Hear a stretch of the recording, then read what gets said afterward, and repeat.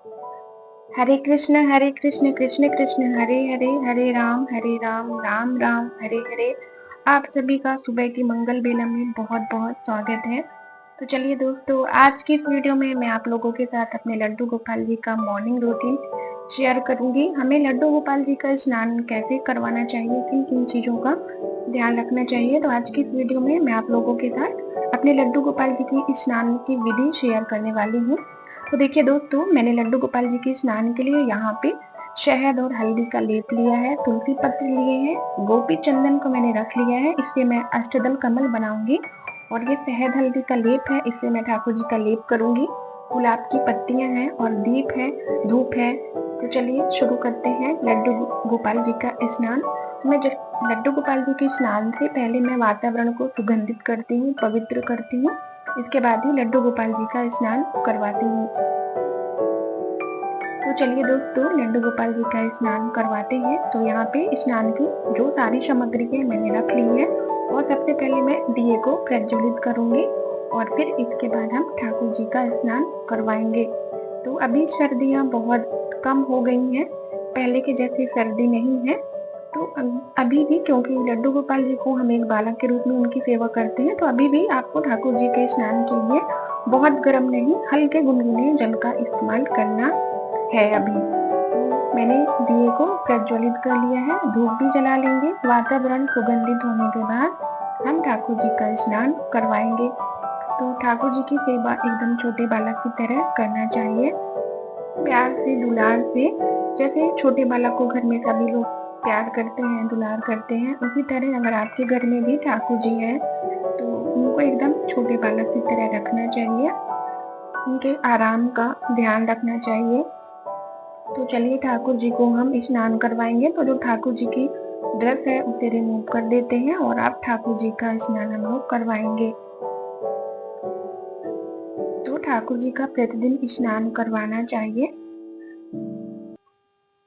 और विशेष तिथियों पर ठाकुर जी का पंचामृत से, फलों के रस से, गोपी चंदन से, शहद से, गुलाब की पत्तियों से आप ठाकुर जी का स्नान करवा सकते हैं। तो यहाँ पे ठाकुर जी विराजित कर लिए हैं मैंने, और अब ठाकुर जी का स्नान करवाएंगे। और हमारे ठाकुर जी यहाँ पे विराजित हो गए हैं। तो अगर आपके घर में भी लड्डू गोपाल जी हैं तो आप उनकी सेवा एकदम छोटे बालक की तरह करिए, उनका डेली श्रृंगार करवाइए, स्नान करवाइए। इसी विधि से आप ठाकुर जी की सेवा बहुत आसान तरीके से कर सकते हैं। तो चलिए दोस्तों, लड्डू गोपाल जी को जब हम स्नान करवाते हैं तो सबसे पहले हमें थाली में अष्टदल कमल बनाना चाहिए। अष्टदल कमल बनाने का मतलब यह होता है कि हमारे ठाकुर जी कमल के फूल में विराजित हैं। तो इस तरीके से ठाकुर जी की सेवा करना चाहिए, क्योंकि हमारे लड्डू गोपाल जी विष्णु रूप है, इसीलिए हम थाली में अष्टदल कमल बनाएंगे, जिससे कि हमारे ठाकुर जी कमल पर विराजित है। तो चलिए अष्टदल कमल बनाएंगे और फिर ठाकुर जी का स्नान करवाएंगे।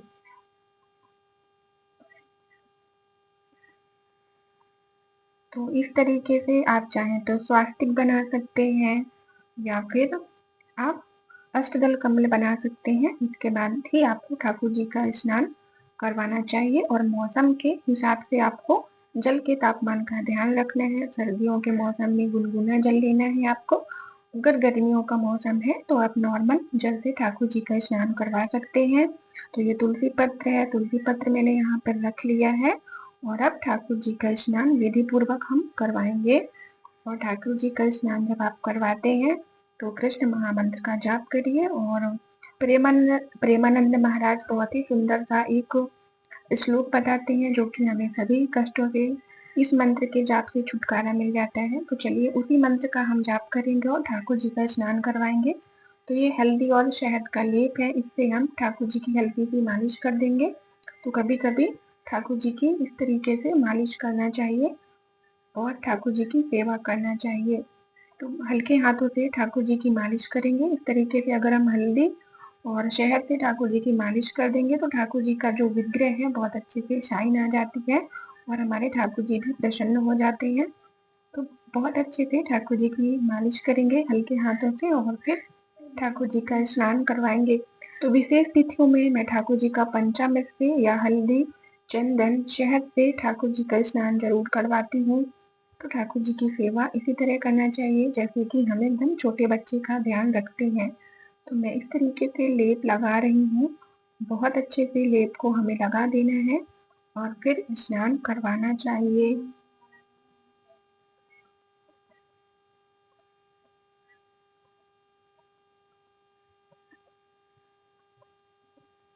तो आप देख सकते हैं हमारे ठाकुर जी कितने छोटे से हैं, बहुत ही प्यारे लग रहे हैं, बहुत ही। और कभी-कभी बहुत सी शैतानियाँ भी करते हैं। तो मैं बहुत अच्छे से ठाकुर जी को इस तरीके से मसाज कर रही हूँ शहद और हल्दी के लेप से, और फिर ठाकुर जी का हम स्नान करवाएंगे।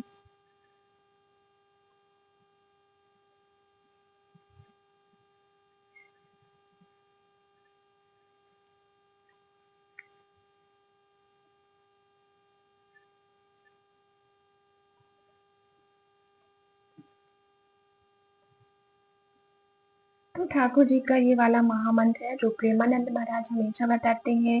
ये मंत्र हमारे सभी कष्टों को, दुखों को दूर करता है। तो मैं जब स्नान करवाती हूँ तो इस महामंत्र का जाप करती हूँ। कृष्णाय वासुदेवाय हरे परमात्मने प्रणतः क्लेशनाशाय गोविंदाय नमो नमः।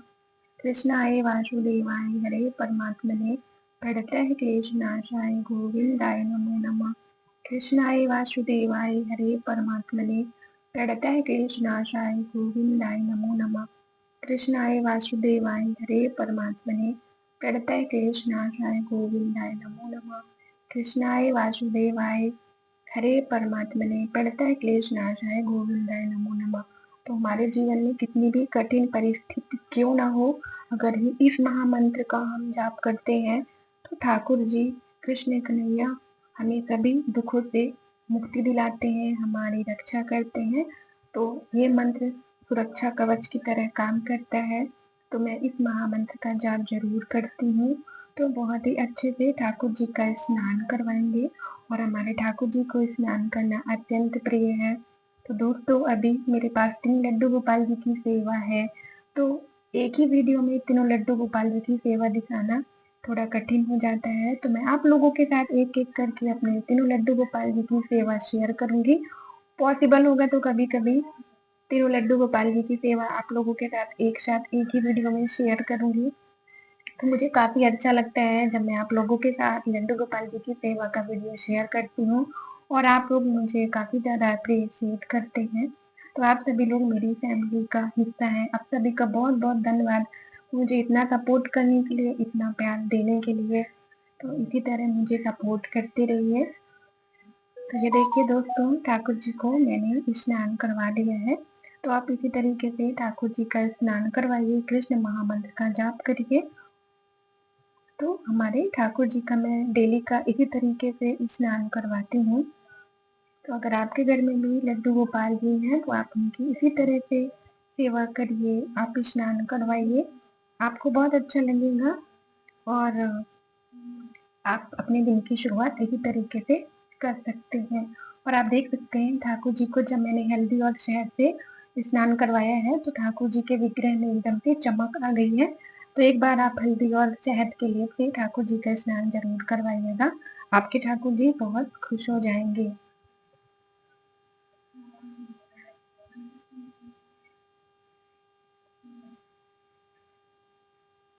तो अगर आपके घर में लड्डू गोपाल जी हैं तो आप उनसे कोई सा प्यारा सा रिश्ता बना सकते हैं। आप चाहें तो उन्हें अपना पुत्र मान सकते हैं या फिर अपना भाई मान सकते हैं या ठाकुर जी को गुरु मान सकते हैं। तो इस तरीके से आपके घर में अगर ठाकुर जी हैं तो आप उनसे कोई सा प्यारा सा रिश्ता बना लीजिए। तो ये देखिए ठाकुर जी का स्नान हो चुका है।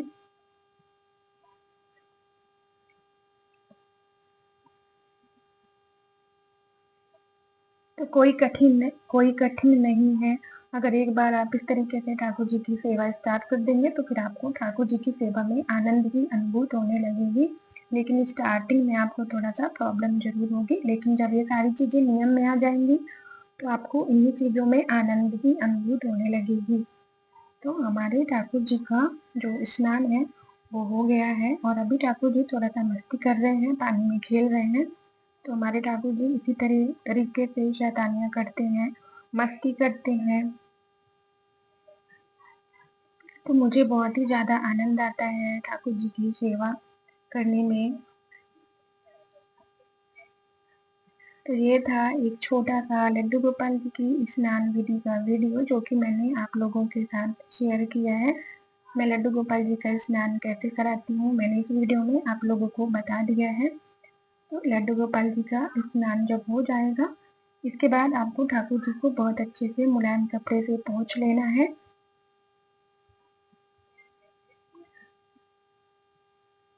तो हमारे ठाकुर जी यहाँ पे विराजित हैं, तो चलिए ठाकुर जी को हम बहुत अच्छे से पोंछ लेंगे।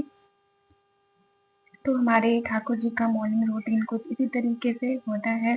तो अगर दोस्तों आप लोगों को मेरा आज का ये वीडियो अच्छा लगा हो तो एक प्यारा सा कमेंट ज़रूर कर दीजिएगा। मैं आप लोग के साथ फिर एक बहुत बढ़िया सी वीडियो के साथ फिर से आऊँगी। तब तक के लिए आप सभी को राधे राधे, जय श्री कृष्णा, श्री हरिदास, कुंज बिहारी की।